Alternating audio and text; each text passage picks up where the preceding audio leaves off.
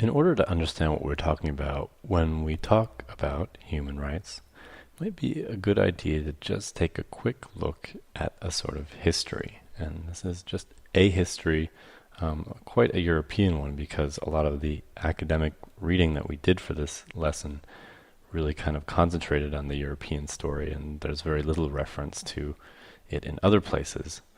But in the beginning, when we were to look at human rights on a timeline, we start with this period around the creation of a document called the Magna Carta. The Magna Carta is often cited or hailed as being this one moment in history where things start off in the direction of human rights. And to understand why that is sort of true and sort of not, you'll have to understand the idea, or sort of the modus at the time, the sort of way of thinking at the time, which was that freedom came through status. And what did status mean? Well, status had to do with whether you had land or not, and whether you were royalty or not. So when we're talking about the human rights that are being sort of built up in the Magna Carta, we're talking about the freedoms of a very small group of people. This 0.001% of people suddenly have this right to own land, and that sort of makes them different from people before them. It's a move forward, but it's for a very small group of people. Well, things move forward in, particularly in European history, where we're sort of looking at the moment. We'll look at other places in other lessons and in other courses. But then you have a period of sort of overlap with this next period, and then you have a long kind of time when you then have this sort of separation forming between status and freedom. So a period of time when people are thinking, well, just because you have status doesn't necessarily mean that you get all the freedoms and that you have some special rights. But you do have to remember that even in this moment, so while this whole thing is happening, you still have lots of feudalism, which just means that there are lots of people who are literally almost owned by some sort of overlord. And then you have people who are living in slavery, a large portion of the global population, who really were being directly owned, not even just indirectly, but really being directly owned by some sort of overlord.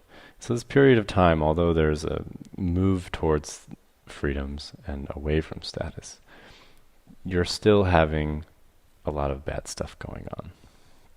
Well, towards the end of this period of time, there's a few names who are going to be sort of important to know. Starting around the beginning of the 1600s, you have this very important British guy named John Locke. And John Locke comes up with and sort of pulls together a lot of different ideas that are in the air at the time that he's alive and working. And he kind of writes down this concept of natural rights. These natural rights are life, liberty, and property. So this sort of is a thought that's in the air right now. Lots of people are thinking about this. A couple years down the road, and really even at the beginning of this, you also have this intellectual movement called the Enlightenment. I'll let you read more about that on your own. The Enlightenment's a very interesting time. And then, still sort of right around this time, yet again, just a few more years down the road, you have the English Bill of Human Rights. Not of human rights, English Bill of Rights. We hadn't yet come up with the idea of human rights yet. At this point, we were just calling them rights. So the English Bill of Rights comes up, which is in part inspired by this sort of idea of natural rights that is forming, that John Locke has written about, that a lot of other people are talking and writing about as well. And all of this sort of is triggering what is then sort of the next stage in this development that we're seeing up here at the top, which is a movement towards something that we can call kind of a period of individual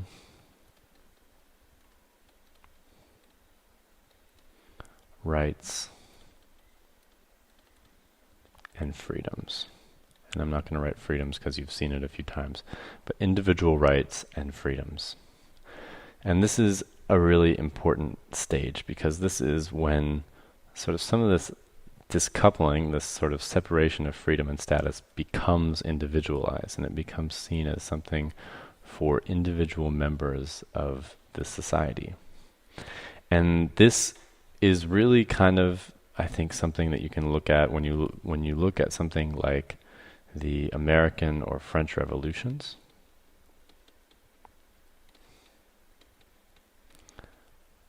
This is really people on the ground taking a look at ideas like this that are really in the air, these ideas of things like natural rights.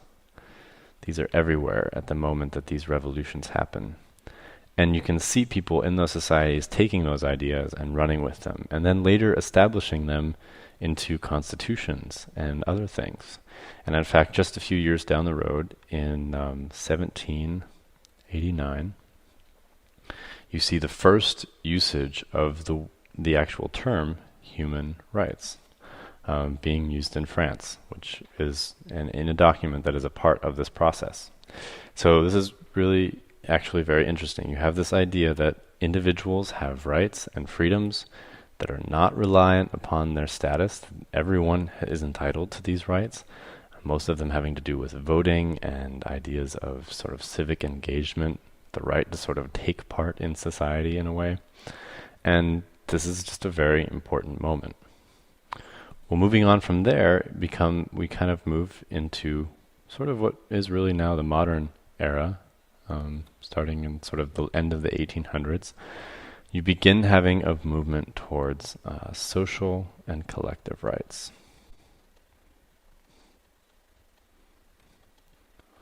And these social and collective rights are also a very important driver behind this sort of more general trend, which is an internationalization.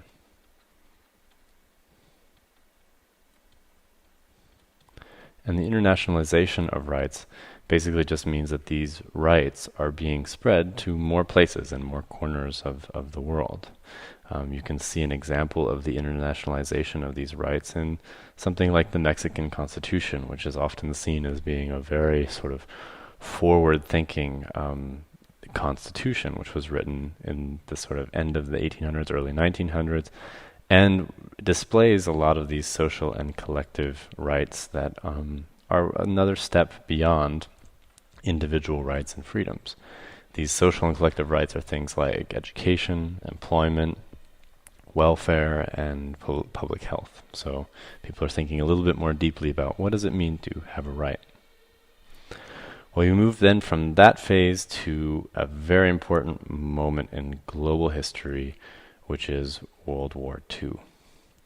And this kind of changes everything, because we've got this concept of human rights. We have these ideas of social collective rights and of rights and freedoms. But then we have this terrible, terrible war in which a very high percentage of the global population is really just murdered. And from that, you have the formation of lots of global organizations, and one of the most important ones being the United Nations. United Nations is a big global organization. It's kind of based on the idea of sort of creating a more healthy global community where there's just a little bit more connectivity between each of the different countries and all of the different people of the world. And from the United Nations, we get things like the United Declaration of or the Universal Declaration of Human Rights. I always forget to say universal for some reason in this. The Universal Declaration of Human Rights. And we're going to talk about that in a later lesson, but this is a very important document that sort of underlies this course. And we'll talk a lot more about the United Nations as well. Alright, so one last slide. Because if you were to take a look at that last slide, you might just walk away thinking that human rights in general are always on an upward trend. So that if you had 1200 over here, 1600 in the middle, 2000 here, and let's just imagine that up here we've got utopia, plus sign up here, And down here we've got some other horrible reality that, maybe we started out over here, and then in general things just slowly get a little bit better over time, and that we're working our way towards that utopia that we all hope for. But the reality of human rights is that they are not permanent. Rights are not permanent. And they don't even really grow all that consistently. Because if you were to kind of smoosh it all together and sort of imagine that you had one indicator line or one way of tracking human rights, it might kind of look something like this. That human rights are constantly getting violated, and then things are getting better, and then getting violated again and getting better. And really you kind of slowly make your way upwards, and then you have really big setbacks, like right here, World War II. And then you kind of go back up. And it's in these moments, like the one that we had when we were murdering millions of people across the world in World War II, and even today, as there are still lots and lots of human rights violations, and we aren't even close to this utopia.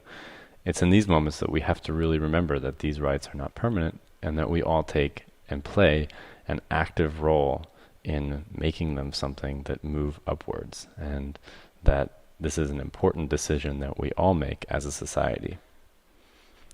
All right, so that is your lesson about the history of human rights. There's a lot more coming up here at allversity.org.